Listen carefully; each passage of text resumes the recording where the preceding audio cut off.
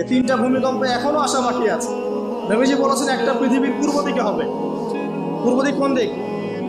এই যে Indonesia, Malaysia, Bangladesh, Pakistan, Myanmar, আপনার শ্রীলঙ্কা, এই পুরো কন্টিনেন্ট পূর্ব দিক, পৃথিবীর পূর্ব দিক। কোন কান্ট্রি এটা তো বলা হয়নি, পূর্ব দিক বলা হয়েছে। এবং এখানে ভূমিকম্প বলা হচ্ছে না, বলা হচ্ছে ভূমি ধসে যাবে, মানে পুরো ভূমিটা নিচে চলে যাবে। এখন যারা এগুলো নিয়ে গবেষণা করেন তারাও কিন্তু সেম কথাই বলছেন, খেয়াল করে দেখেন।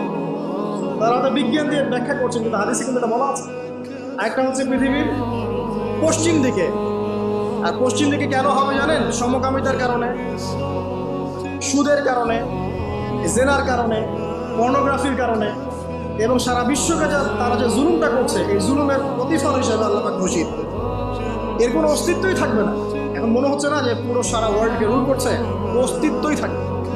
ভূমিধস। আরেকটা হচ্ছে পৃথিবীর মাঝখানে। মাঝখানে কারা আছে বলেন?